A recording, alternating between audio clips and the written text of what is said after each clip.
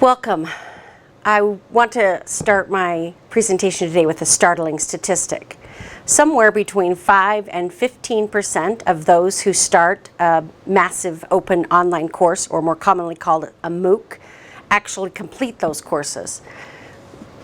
That's pretty amazing, right? But you're saying to yourself, oh, sure, that makes total sense to me. It's free, they're not invested, so of course they don't finish it. That's not going to happen to us.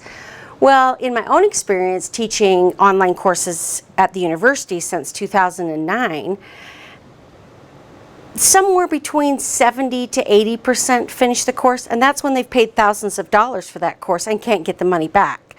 So what we want to talk about today is that you as an online trainer need to understand some of the similarities and differences in online training in terms of the learners, so that you can maximize the similarities and minimize the differences when they're working against you. So, first of all, what are the similarities? Well, the first similarity is wonderful news, actually. A very large study done by Means and the group at the U.S. Department of Education found in a huge meta-analysis that the outcomes for online learners are similar, or and sometimes even better than they are face-to-face. So that's great news, right? There are some caveats, of course, there always are. There's always a catch, right?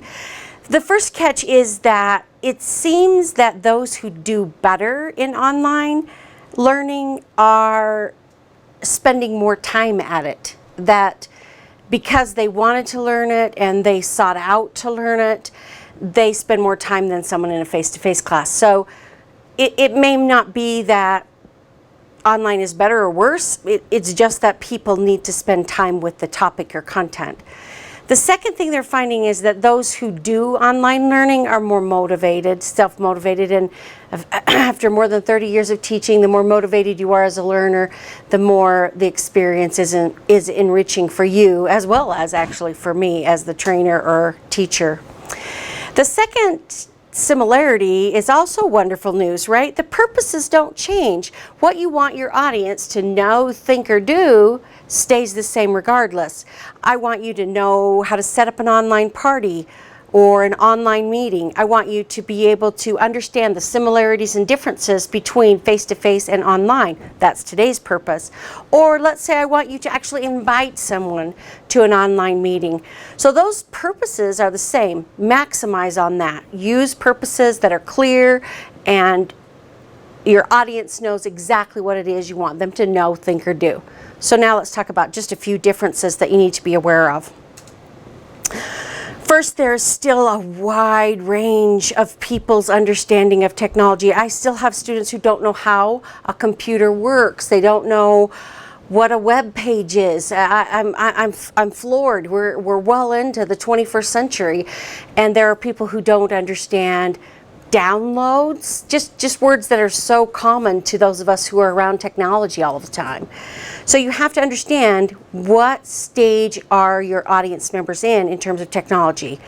Also, what access do they have to technology? If you're working with a multinational group, you may have some countries where they still don't have access in high speeds to the internet, and then video content is just impossible to download.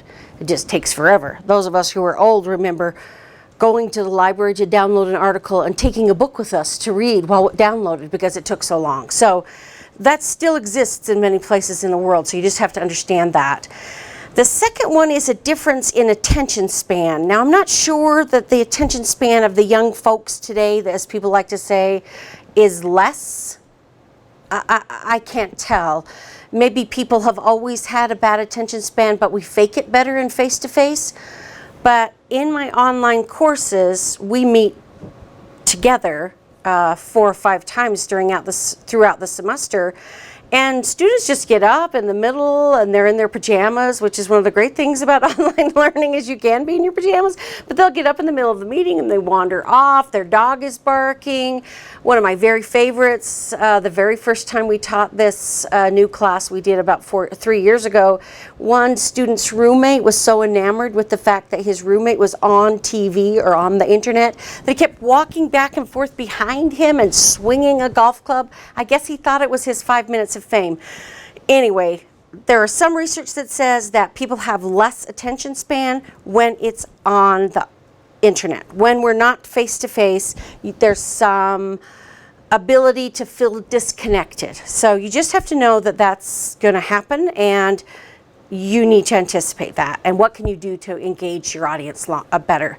There's also some practitioners out there. If you're a fan of Khan trainings, Khan, they're really fun. They write on the board while you learn along with them. He's adamant that videos can't be more than 5 minutes. I'm trying really hard to make this one around 5 minutes. I doubt I'll make it. But my own research at the university suggests somewhere between 11 and 15 minutes, the correlation just drops. So I get a pretty good correlation line going up until I get about 15 minutes, and then students just drop off. So somewhere between 5 and 15 minutes, then you need to take a break, do something else, and then get your listeners to come back with you on a new topic. So the last difference is what we call social presence.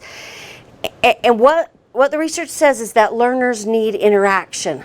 That if we could learn things on our own, we would have, right? And the data from the MOOCs is really proving this same concept. We're motivated by human interaction. So we need interaction with other learners. So I might give you an assignment before the teleconference to talk to 5 other people about how they feel about nutritional supplements or something, right? I might get you out talking about what we're going to talk about, and then when you come to the training, you're better prepared. We also need to have interaction between the learner and the material. So I might send you out some pamphlets before or after that supplement or go in more depth on what we're talking about. And the third thing is we need interaction with experts. We need people who really understand things, because what an expert does for you is you're coming in and you're trying to get it. You're getting this concept about how online marketing works and how these things work, and you're aiming in, and the expert can see that you're just slightly off course. An expert can twist your thinking just enough to get you to make that connection sync up.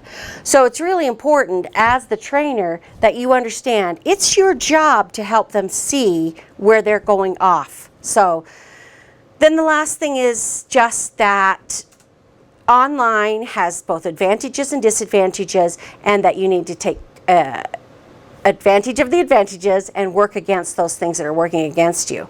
So in online, whether your participants are attending for free or they've paid money, the prior low rate of success requires us as trainers to consider how, when, and why we choose online trainings instead of face-to-face. And my sources are on the last slide. Thank you.